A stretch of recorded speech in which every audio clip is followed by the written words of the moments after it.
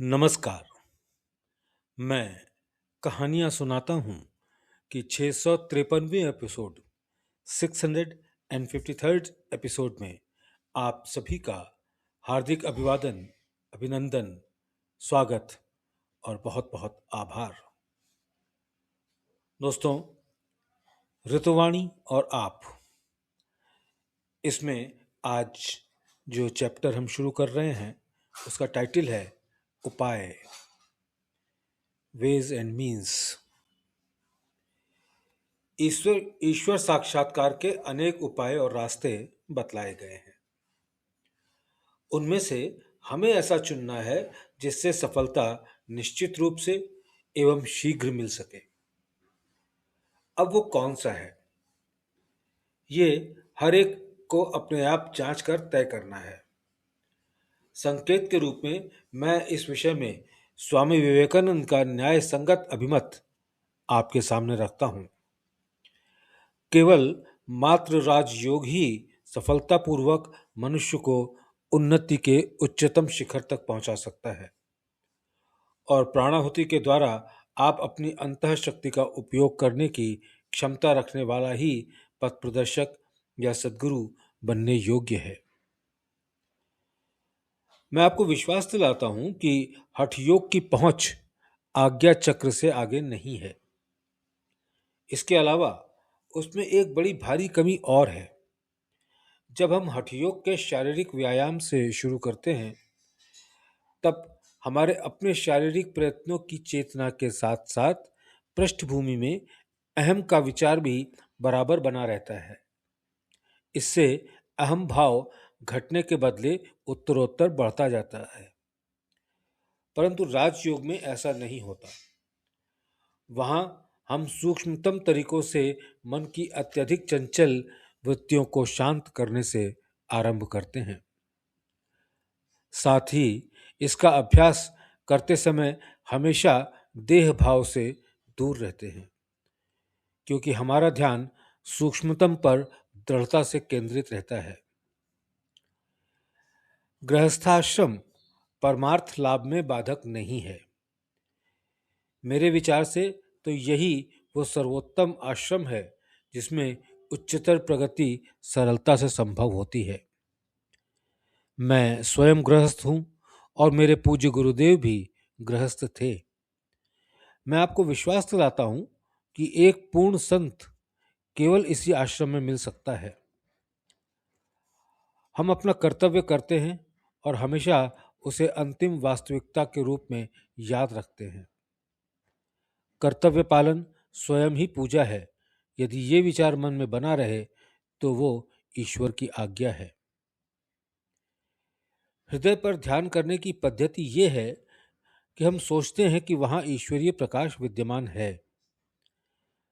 जब आप इस प्रकार के ध्यान का आरंभ करें तो एक ही बार सोचिए कि भीतर की ईश्वरीय ज्योति आपको आकर्षित कर रही है। अगर ध्यान के दौरान बाहर के विचार आते रहें तो परवाह मत कीजिए, उन्हें आने दीजिए और अपना काम जारी रखिए। सवेरे 1 घंटा बिल्कुल स्वाभाविक भाव से सहज आसन में ध्यान में बैठिए। यदि आप इस प्रक्रिया का दर्शन जानना चाहते हैं, फिलॉसफी जानना चाहते हैं, तो वो मैं आपको कुछ समय बाद बतलाऊंगा। आपको केवल ध्यान करना चाहिए।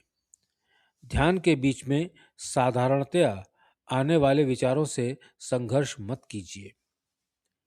एकाग्रता ध्यान करने का फल है। Concentration is a product of meditation. जो ध्यान करने के लिए एकाग्रता चाहते हैं और उस तरफ मस्तिष्क को जबरदस्ती मोड़ते हैं, वे सामान्यतः असफल होते हैं। ये याद रखने की बात है कि यह साधना करते समय मस्तिष्क पर बहुत जोर जबरदस्ती नहीं करनी चाहिए। केवल सामान्य रूप में बैठना चाहिए। प्रातःकाल स्वाभाविक रूप से सहज आसन में 1 घंटे ध्यान में बैठिए।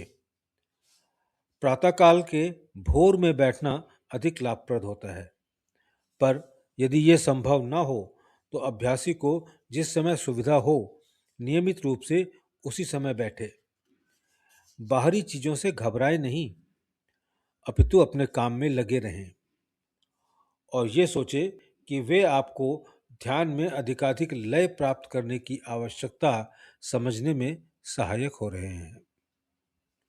शाम को उसी सहज आसन में आधे घंटे तक फिर ध्यान में बैठे और कल्पना करें कि सारी उलझनें, पुराने विचारों के जाल, शरीर की स्थूलता या ठोसता पिघल रही है और पीठ की ओर से धुआं बनकर निकलती जा रही है।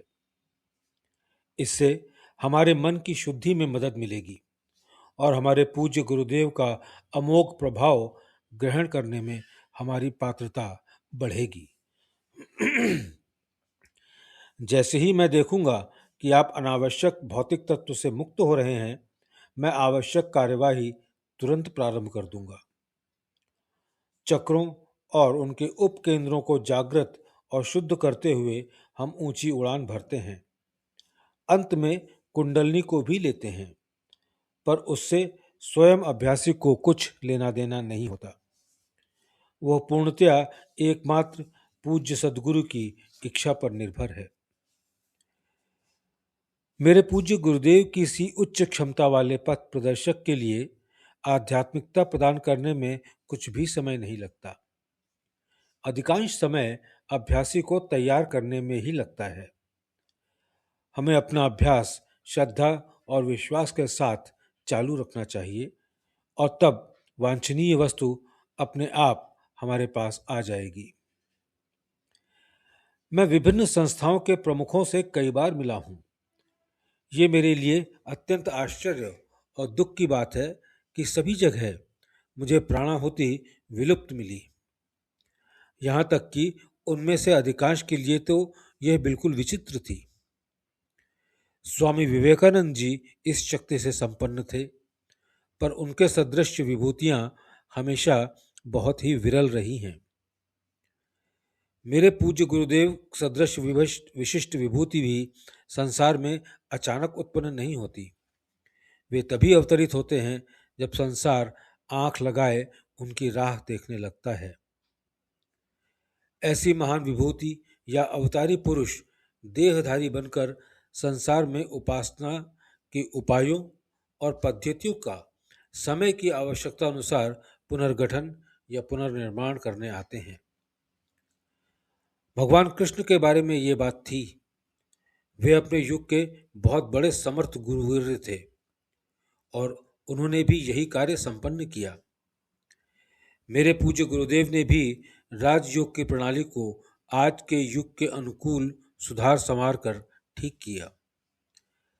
आध्यात्मिक क्षेत्र में उनकी सबसे अद्भुत खोज अभ्यासी की केंद्रीय क्षेत्र तक पहुंच से संबंधित है, जिसका उल्लेख एफिकेसी ऑफ राजयोग में किया गया है। मैं अपने परम पूज्य गुरुदेव के चरण चिन्हों का ही अनुसरण कर रहा हूं। अक्सर लोग मुझे कहते हैं कि मैं उनमें उच्चतम ईश्वरीय शक्ति या ऊर्जा एकदम से प्रविष्ट करा दूं। सच तो यह है कि मैं स्वयं ऐसा करने को हमेशा उत्सुक रहता हूं, पर दुख है, मुझे कभी ऐसा अभ्यास ही नहीं मिलता जिसमें उसे आत्मसात करने की अपेक्षित क्षमता हो। जितनी भी देरी होती है उसका कारण यही कमी है। इसके लिए मुझे कंजूस कहकर दोष देना किसी प्रकार से उचित नहीं है। मेरे पास जो कुछ है वह सब मनुष्य मात्र के लिए है। बिना किसी भेदभाव या रोक टोक अध्यात्म का दूर दूर तक चारों दिशाओं में प्रसार करने का पवित्र वचन मैंने अपने गुरुदेव को गुरु दक्षिणा के रूप में दिया था। उसे मैं पूर्ण करने को बाध्य हूं। मैं अब यही कार्य कर रहा हूं और अपने समस्त जीवन भर उसे करता रहूंगा। इसलिए आपको निराश नहीं होना चाहिए।